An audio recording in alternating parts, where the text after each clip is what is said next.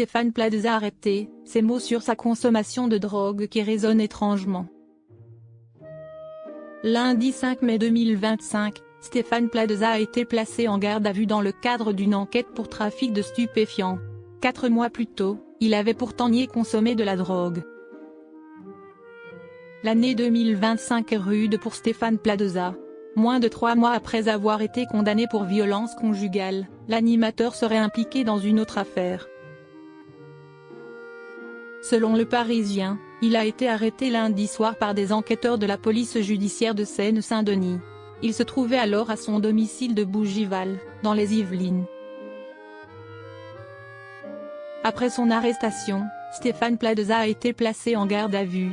En effet, il serait soupçonné d'être un client régulier d'un réseau de trafiquants de drogue. Depuis l'année dernière, la police judiciaire mènerait une enquête préliminaire sur ce trafic à destination de clients parisiens. Stéphane Plaza avait assuré ne pas consommer de drogue. L'arrestation de Stéphane Plaza est une surprise pour ses proches. Au cours de son procès pour violence conjugale, l'ami de Karine Le Marchand avait effectivement nié être un consommateur de drogue. Selon Maxime Clier-Outsa, journaliste police-justice de BFM TV, Stéphane Plaza avait été interrogé le 9 janvier dernier à ce propos.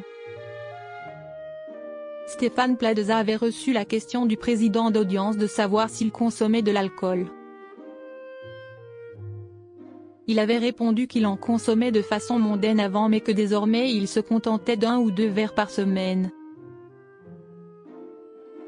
Et à la question de savoir s'il consommait de la drogue, Stéphane Plaza avait répondu à l'époque jamais. Jamais, a rappelé le journaliste. Cette version est à présent mise à mal par les enquêteurs.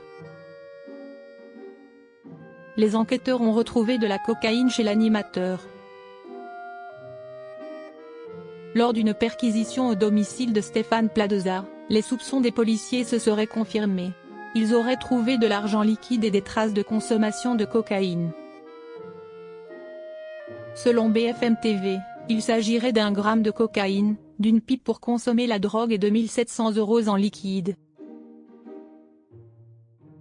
Ces découvertes viennent donc contredire ses affirmations lors de son procès. En plus de l'animateur, 2 autres personnes sont entendues dans la procédure. Leur garde à vue pourrait se poursuivre jusqu'au mercredi 7 mai au soir.